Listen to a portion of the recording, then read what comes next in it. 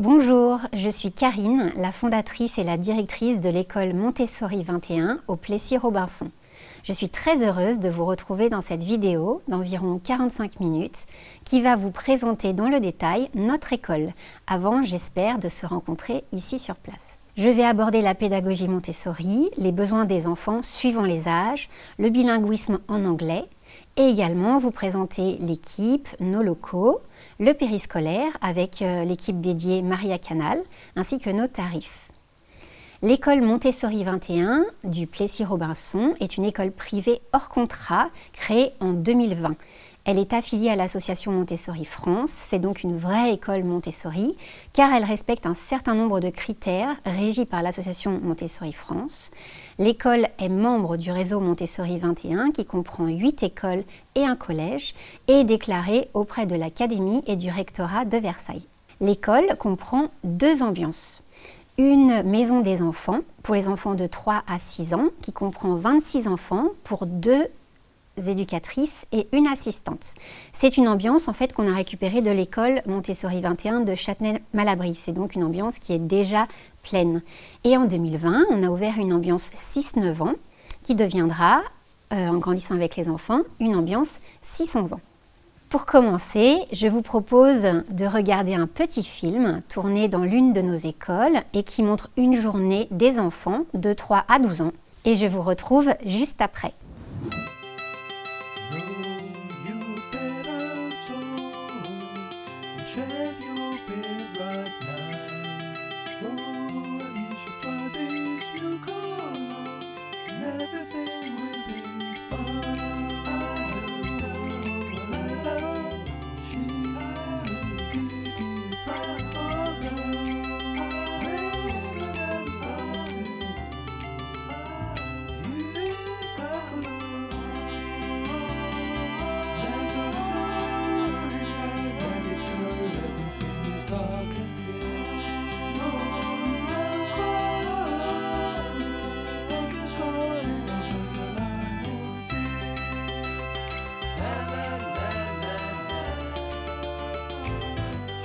So timidi, la la la la la la la la. Oh, how you feel? Oh no, so wanna try another time? I say you need to try. No, do what I said before. No time to be trying to know.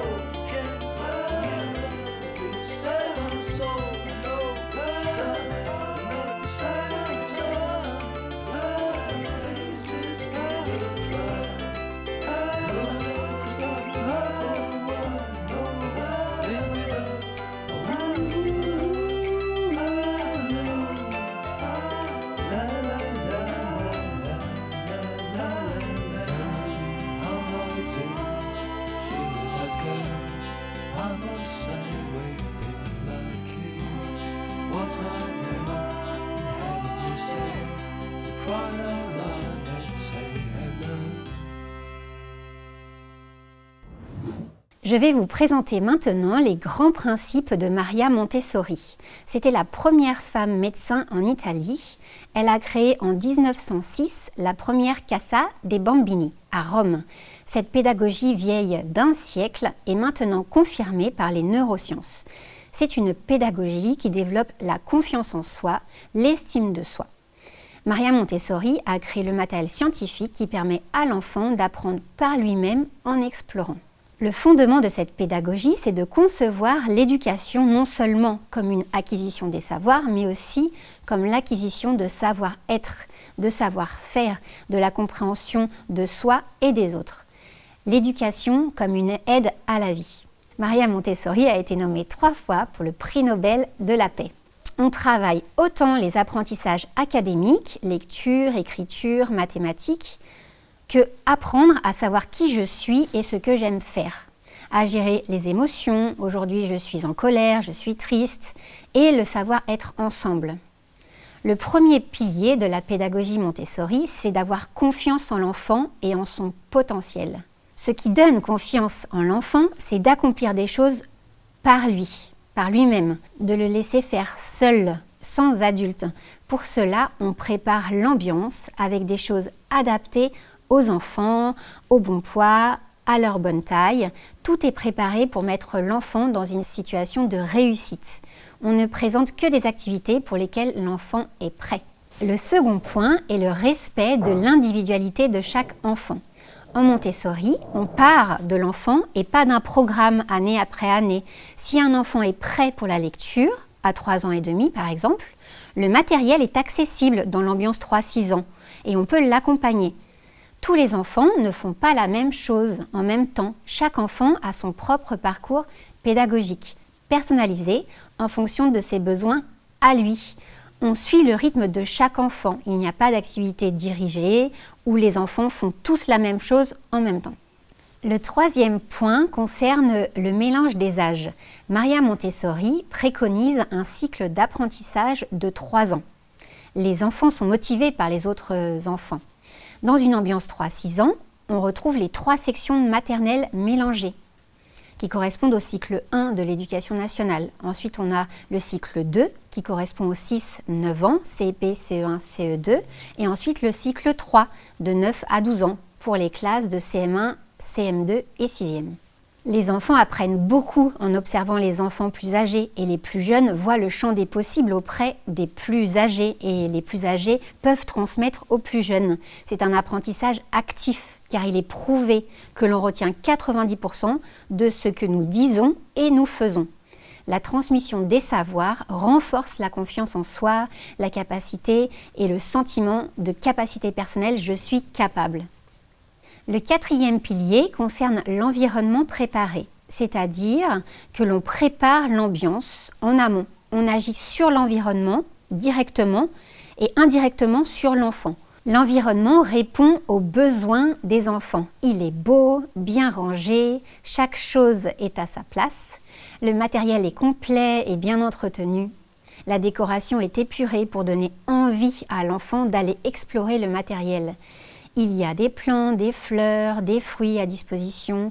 On est à côté d'espaces verts proches de la nature. L'environnement est calme, ordonné. Les routines sont connues des enfants, ce qui leur apporte un cadre sécurisant autant physiquement que psychiquement, ce qui les aide à favoriser leur autonomie. Le 5e point concerne l'organisation du temps spécifique de la journée pour améliorer la concentration. Le cycle du travail est continu entre 2 et 3 heures le matin, suivant les âges, comme l'après-midi. La pause se fait après le cycle du travail, c'est-à-dire à 11 heures avant les repas. Les enfants sortent tous les jours, toute l'année, par tous les temps, au parc. Il n'y a pas de mauvais temps, il n'y a que des mauvais habits. Pendant le temps de travail, l'enfant reçoit une présentation individuelle par une éducatrice, il répète des activités qu'il connaît, à une table ou sur un tapis. À 10 heures, on prend un snack, il y a aussi des temps de rassemblement. Et enfin, le dernier point concerne l'équipe. Les éducatrices sont formées et diplômées à la pédagogie Montessori. Les éducatrices du réseau sont en formation continue. Nous accordons beaucoup d'importance au recrutement et à l'accompagnement des éducatrices. Pour que les enfants soient bien, il faut que les adultes soient bien. C'est une équipe bienveillante, formée au développement des enfants et à leurs besoins. Nous sommes également entourés par une psychologue scolaire qui vient régulièrement dans l'ambiance, observer le groupe d'enfants. Nous faisons également des analyses de pratiques pour échanger avec un professionnel sur nos pratiques avec les enfants. Je voudrais maintenant vous apporter quelques précisions à propos de la pédagogie Montessori. En premier lieu, il y a beaucoup de règles dans une ambiance Montessori. Les enfants ne font pas ce qu'ils veulent, mais ils veulent ce qu'ils font. On parle de discipline et liberté. Nous apprenons progressivement l'autonomie aux enfants dans un cadre précis lié au respect des autres, au respect du matériel, au respect de l'adulte. Ils ont la liberté de mouvement, ils travaillent sur une table ou un tapis de leur choix, ils se déplacent librement, ils ont la liberté de choisir l'activité qu'ils connaissent et ils ont la liberté de parler librement à leur père ou aux éducatrices avec une petite voix pour ne pas déranger les amis qui travaillent. De même, la notion de travail est très importante en Montessori. Même si on lui donne un sens plus large qu'habituellement, travailler, c'est apprendre à se concentrer avec plaisir sur une activité dont je comprends le sens et le but. En termes de vocabulaire, une ambiance désigne une classe Montessori, à la fois comme lieu et le groupe d'enfants. Le lieu est très important. Chaque ambiance a son propre vestiaire, ses propres toilettes, sa cuisine, le coin lecture et les aires qui sont rangés par activité. La beauté, la propreté et les plantes vertes sont très importantes. Par ailleurs, on parle d'éducatrice, comme un guide pour l'enfant. On est là pour les accompagner dans leurs apprentissages scolaires, mais aussi dans leur bien-être, leur vie sociale, leur gestion des émotions. Enfin, un point important, nous respectons le programme de l'éducation nationale. Nous sommes d'ailleurs inspectés chaque année. Notre engagement, c'est que votre enfant soit au moins au niveau des attendus de l'éducation nationale à chaque fin de cycle. Nous sommes tenus à un respect du cadre pédagogique global qui garantit que si votre enfant rejoint un jour le système classique, il le fera naturellement. Les enfants qui ont rejoint le système scolaire classique se sont vite adaptés. Ils ont plus le côté médiateur car on leur apprend beaucoup à vivre ensemble en respectant les besoins de chacun. Voyons maintenant comment fonctionne une maison des enfants, une ambiance 3-6 ans. La phrase clé à cet âge, c'est « apprends-moi à faire seul ». L'enfant a besoin de devenir autonome, de faire les choses par lui-même, pour lui-même. L'environnement de la classe est là pour favoriser cette recherche d'autonomie de l'enfant.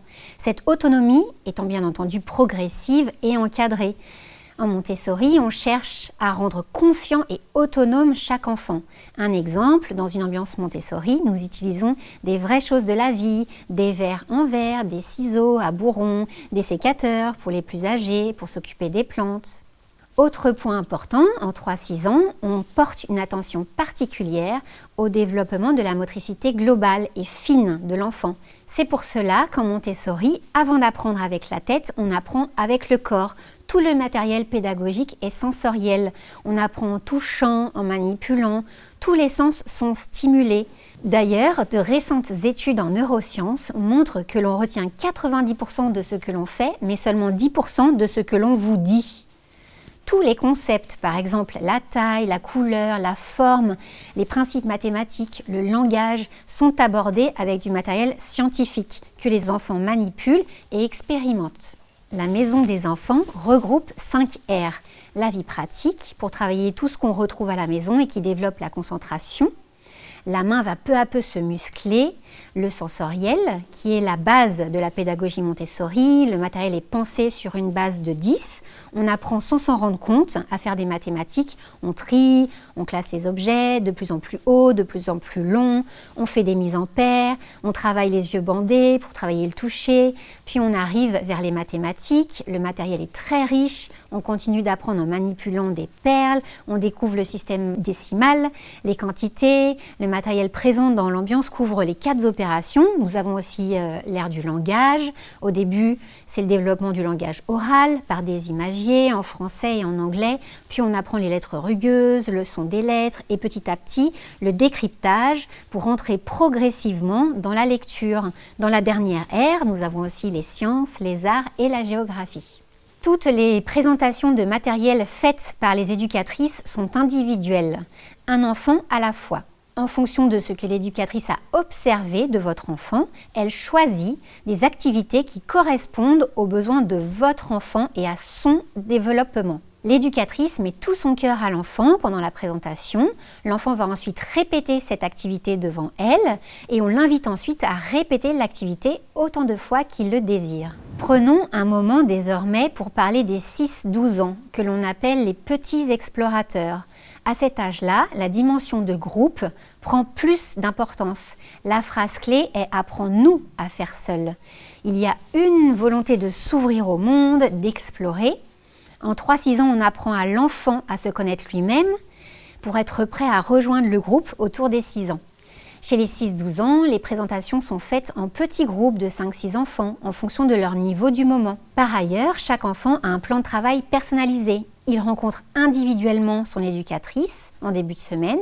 Ils planifient ensemble un programme de travail qui mélange des temps de leçons, des temps de travail individuels et des temps de travail collectifs. Point important aussi, en 6-12 ans, les enfants ont besoin de comprendre le sens global des choses.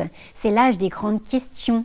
C'est pour cela qu'en Montessori, les éducatrices 6-12 ans propose des grands récits, la création de la Terre, l'apparition de la vie, l'histoire de l'alphabet. Ces grands récits sont des moments forts, théâtralisés, qui vont permettre à l'enfant de construire un cadre de compréhension globale de leur apprentissage. C'est aussi un âge où l'on passe à l'abstraction. On continue à travailler avec du matériel sensoriel, mais on utilise aussi des cahiers, des classeurs pour travailler en explorant différents domaines. Celui des langues, des mathématiques, de la géométrie, de l'histoire, de la géographie, de la botanique et des sciences. C'est aussi un âge où l'on multiplie les sorties, qu'elles soient collectives ou en petits groupes, pour aller à la poste ou au supermarché. Les enfants apprennent à organiser eux-mêmes les sorties, à appeler les bonnes personnes, regarder le trajet sur une carte, préparer un compte-rendu. Après avoir parlé de pédagogie, je vous propose désormais un petit focus sur le bilinguisme. Chez Montessori 21, le bilinguisme passe par 3 piliers, l'immersion, la culture et la dimension académique. Le premier pilier est fondamental, il s'agit de l'immersion. Concrètement, dans chaque ambiance Montessori, un enseignant francophone et un enseignant anglophone travaillent ensemble. Chaque enseignant parle dans sa langue. Dès le début de l'année, nous apprenons les routines en anglais, on fait les lunchs en anglais, les chansons, les histoires. Pour les enfants qui ne sont pas exposés à l'anglais à la maison, cela peut être une phrase en anglais, puis en français et de nouveau en anglais. Et après, on continue les routines de manière quotidienne. Et on répète les phrases dans les 2 langues. Le second pilier concerne la culture. Une langue, c'est aussi cela. Et la culture anglophone permet de voyager loin. Ce n'est pas seulement celle de l'Angleterre, mais aussi celle des États-Unis, de l'Inde, de l'Australie, du Nigeria. En apprenant une langue, on en apprend aussi sur celles et ceux qui la parlent. Enfin, le troisième pilier est plus académique. En 3-6 ans, on se concentre sur le langage oral, les sons, les phrases simples. À partir de 6 ans, on peut commencer à travailler le langage écrit, la grammaire anglaise. Et à partir de 9 ans, on peut commencer non pas simplement à apprendre de l'anglais, mais à apprendre en anglais, par exemple de l'histoire ou des sciences. Nous préparons aussi pour les plus âgés qui le souhaitent aux examens TOEFL et de Cambridge. Les écoles du réseau Montessori 21 sont des écoles solidaires. Cette volonté est à l'origine de notre projet, notamment parce que Maria Montessori avait voulu que ces écoles soient accessibles à tous, véritablement inclusives. Donc les frais de scolarité sont indexés sur le quotient familial des parents.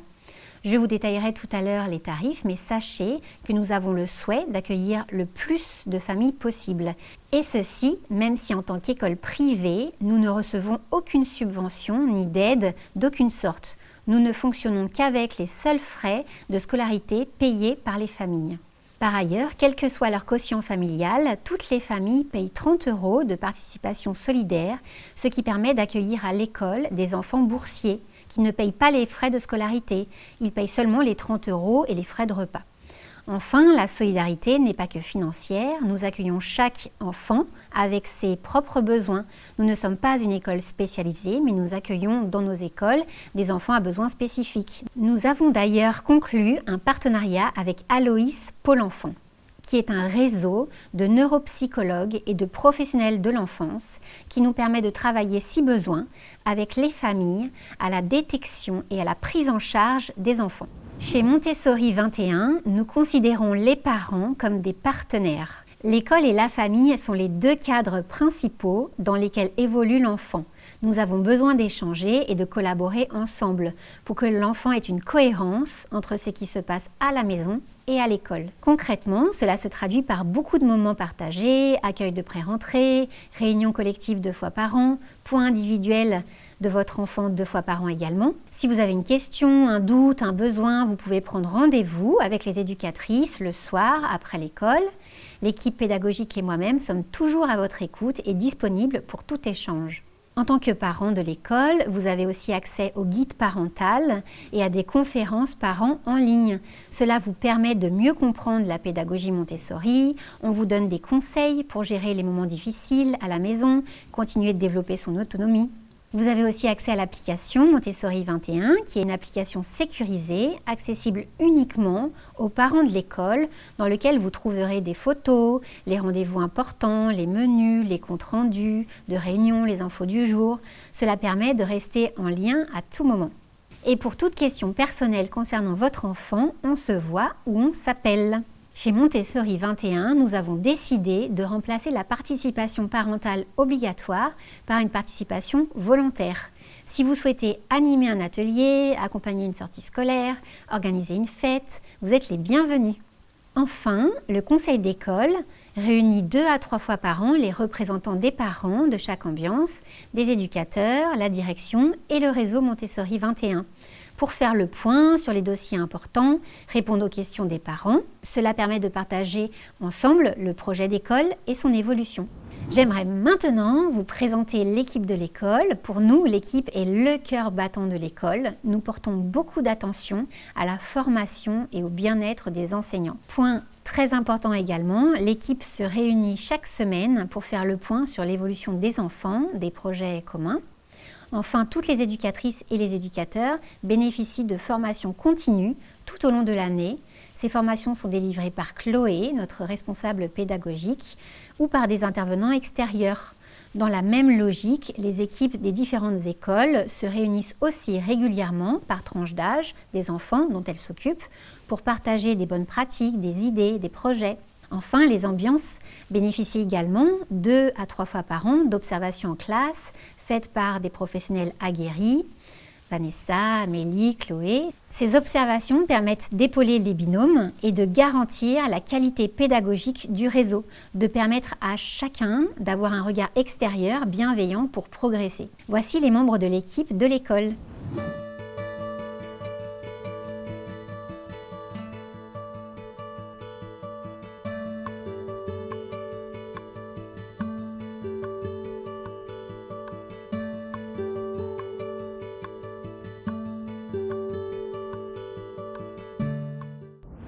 L'équipe, c'est aussi le réseau. Je laisse Sébastien, fondateur du réseau Montessori 21, vous présenter en quoi le réseau aide l'école. Bonjour, je suis Sébastien Le Plaideur, fondateur et président du réseau des écoles Montessori 21, et je vais juste vous prendre quelques minutes pour vous présenter rapidement les objectifs et le fonctionnement du réseau, car vous avez sans doute des questions à ce sujet. L'objectif du réseau est simple. Démocratiser l'accès à la pédagogie Montessori tout en assurant le plus haut degré de qualité pédagogique dans nos écoles, sans jamais perdre de vue un point essentiel. Le plus important est ce qu'il se passe dans la classe de votre enfant tous les jours. Alors vous me direz, pourquoi un réseau? Ne peut-on faire cela à l'échelle d'une école seule? Alors j'ai pour ma part essayé, en fondant et en dirigeant pendant plusieurs années une des écoles du réseau. Je me suis alors aperçu qu'il fallait être Superman ou Superwoman pour réussir à faire toutes les tâches d'une direction. Il faut être pédagogue, animateur d'équipe, directeur des ressources humaines, bon en finance et en comptabilité, être habile en administration, en normes juridiques. Bref, c'est impossible de tout faire tout seul. Du coup, dans le réseau, nous mutualisons un certain nombre de sujets importants. Le premier sujet, c'est la qualité pédagogique qui est au cœur du projet. Nous avons des formations communes pour les éducateurs et éducatrices du réseau. Nous assurons l'échange de bonnes pratiques, la réflexion collective. Nous mettons en place des outils pour suivre le travail des enfants, comme par exemple notre logiciel qui permet de faire le lien entre les compétences Montessori et celles de l'éducation nationale. Nous avons des enseignants et enseignantes de secours partagés en cas d'épidémie de Covid ou autre dans une de nos écoles. Donc nous partageons d'abord le plus important, la pédagogie. Le second sujet, c'est toute la partie administrative et financière. La comptabilité, la facturation, les ressources humaines, la dimension juridique et toute la partie administrative sont mutualisées. L'idée est que les directions d'école s'occupent principalement du plus important, c'est-à-dire l'humain, les enfants, les parents, l'équipe, sans passer leur temps à gérer des questions administratives ou financières à longueur de journée. Le troisième sujet, c'est la communication. Le site internet, notre application Montessori 21, qui est réservé aux parents de l'école, comme vous le savez. Notre outil d'inscription sont partagés et permettent là aussi de mutualiser des savoir-faire et des outils communs. Enfin, le dernier point est tout aussi important, même s'il est moins visible. C'est tout simplement la solidarité entre école et équipe. Dans ce métier, il est très important de ne pas être isolé et de pouvoir compter sur les autres pour partager ses idées, ses problèmes aussi et ses projets. C'est ce que nous faisons au sein du réseau. Voilà, je ne vais pas vous prendre plus de votre précieux temps, mais je souhaitais que vous ayez ces informations en toute transparence. Pour résumer, mon rôle et celui de la fédération est simple. être au soutien des écoles et des équipes tout au long de l'année. À bientôt peut-être, nous aurons sans doute l'occasion de nous rencontrer lors d'une porte ouverte ou d'un conseil d'école. Au revoir. L'école du Plessis-Robinson est située 2 allées Robert Debré, dans l'ancienne école publique Raymond-Aumont. L'école est en plein centre-ville, à côté du marché, de la médiathèque, du théâtre et des parcs. Elle dispose d'une cour intérieure et d'un préau. Nous utilisons le rez-de-chaussée de ce très grand bâtiment. L'école comporte 2 ambiances, une salle de motricité, une salle pour l'équipe pédagogique et d'un bureau de la direction. Chaque ambiance dispose de ses propres vestiaires, de ses propres toilettes, de sa propre cuisine pour les adultes et les enfants, d'un coin lecture. Chaque classe est donc totalement autonome et conçue pour être au plus près des besoins des enfants. Parlons maintenant du suivi de votre enfant. Comme vous l'avez compris, en pédagogie Montessori, nous accordons une grande importance au suivi personnalisé de votre enfant. Cela nous permet, à tous les âges, de vous proposer 2 rendez-vous individuels par an pour faire le point sur l'évolution de votre enfant et également de vous partager les bilans annuels en janvier et en juin très précis sur les apprentissages. Je vous présente juste après un exemple de bilan. Par ailleurs, chaque année, nous proposons aussi 2 réunions collectives par ambiance, animées par les éducatrices, pour faire un point sur la vie sociale du groupe, les projets et vous présenter le matériel Montessori. Comme je l'ai déjà évoqué, la communication école-famille est pour nous au cœur du projet. En plus de ces réunions fixes, il vous est par ailleurs possible de demander à tout moment une réunion avec les éducatrices ou la direction. Quand on a un doute, une crainte, une question, vaut mieux toujours la partager. Enfin, en cas de besoin, notre partenariat avec des psychologues et des orthophonistes nous permet d'avancer ensemble. Dans ce cas, ce sont vous, les parents, qui êtes les pilotes. Pour notre part, l'équipe sera toujours disponible pour échanger avec les médecins ou praticiens qui s'occupent de votre enfant en dehors de l'école. Pour que les choses soient plus concrètes, voici un exemple de bilan de suivi d'un enfant. Montessori 21 utilise un logiciel de suivi des enfants spécialisé pour les écoles Montessori, qui s'appelle Transparent Classroom. Il est très utilisé en Montessori. En binôme, les éducatrices définissent un plan de travail par enfant pour 2 semaines et dans les 5 R. 2 fois par an, les éducatrices finalisent des bilans détaillés remis en janvier et en juin avec des commentaires sur le développement global de l'enfant, sa concentration, sa socialisation. C'est aussi un moment d'échange privilégié entre chaque famille et les éducatrices. Montessori 21 a par ailleurs développé dans ce logiciel un module spécifique qui permet de faire le lien entre les compétences Montessori et le socle commun de l'éducation nationale. En fin d'année, on prépare également un bilan du socle commun. Voyons maintenant comment se passe une journée type à l'école. Le but de cette journée type est de répondre au rythme naturel de l'enfant. La journée type peut être ajustée en fonction des âges et des moments de l'année, suivant les observations. De 8h30 à 8h45, c'est le moment de l'accueil des enfants. Votre enfant est accueilli par une éducatrice pendant que l'autre éducatrice est dans les vestiaires avec les enfants. C'est un beau cadeau à faire à son enfant que d'arriver à l'heure, en même temps que les copains. C'est un moment de transition important qui facilite la séparation entre la maison et l'école. De 8h45 à 11h, c'est le temps de travail continu en Montessori. On peut commencer la journée par un regroupement, ensuite chaque enfant se met au travail, une éducatrice fait des présentations individuelles à chaque enfant dans des domaines variés et l'autre éducatrice gère l'ambiance. Elle met les autres enfants au travail et elle accompagne ceux qui ont besoin d'aide, qui sont en train de gérer des conflits.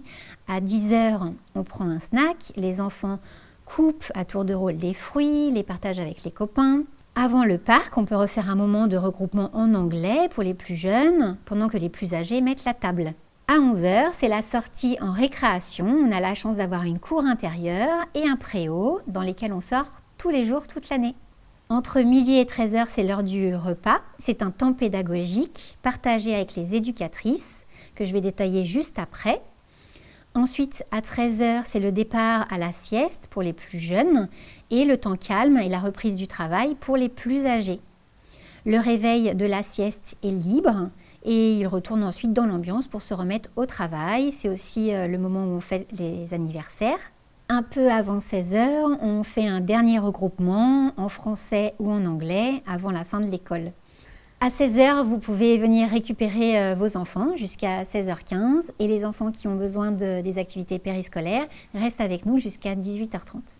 Je vous propose maintenant de parler plus spécifiquement des repas frais, bio, préparés par Équilibre, qui sont réchauffés sur place dans un four à basse température qui conserve les nutriments. Ils se composent d'une entrée, d'un plat équilibré, d'un fromage et d'un dessert. Vous avez le choix de prendre un menu sans viande, dans lequel on a un poisson, une omelette ou un repas vegan. Chez Montessori 21, les repas sont considérés comme un temps pédagogique. Il y a beaucoup de travail à faire sur ce temps. C'est un vrai moment d'échange avec les enfants. Les repas se passent dans les ambiances avec les éducatrices. Ce sont les enfants qui apprennent à dresser la table, faire le service, débarrasser, servir de l'eau. Une cantinière est chargée de laver l'ambiance après le repas. En tant que parent, vous avez le choix de prendre le repas traiteur ou d'apporter une lunchbox pour votre enfant. Les repas sont à amener dans une lunchbox isotherme qui permet de conserver la chaleur car les repas ne peuvent pas être réchauffés sur place. Le coût du repas est de 7,40 €. Pour les lunchbox, il faut prévoir 2,50 € afin de participer aux frais de fonctionnement et de ménage. Pour les activités de l'after school, des mercredis et des vacances, j'aimerais maintenant passer la parole à Marion, qui est la directrice de Maria Canal. C'est à toi Marion. Je suis Marion Simonet, la directrice du réseau Maria Canal. J'ai 35 ans et je travaille auprès des enfants depuis plus de 15 ans, d'abord comme animatrice, puis responsable de centre. Maria Canal est le partenaire périscolaire des écoles de la Fédération Montessori 21 depuis maintenant 6 ans. Nous nous occupons de vos enfants après l'école, ce qu'on appelle les after school, les mercredis, ce qu'on appelle les mercredis découvertes, et lors des vacances scolaires, les holidays camp. Il existe plusieurs formules pour répondre aux besoins de chaque famille.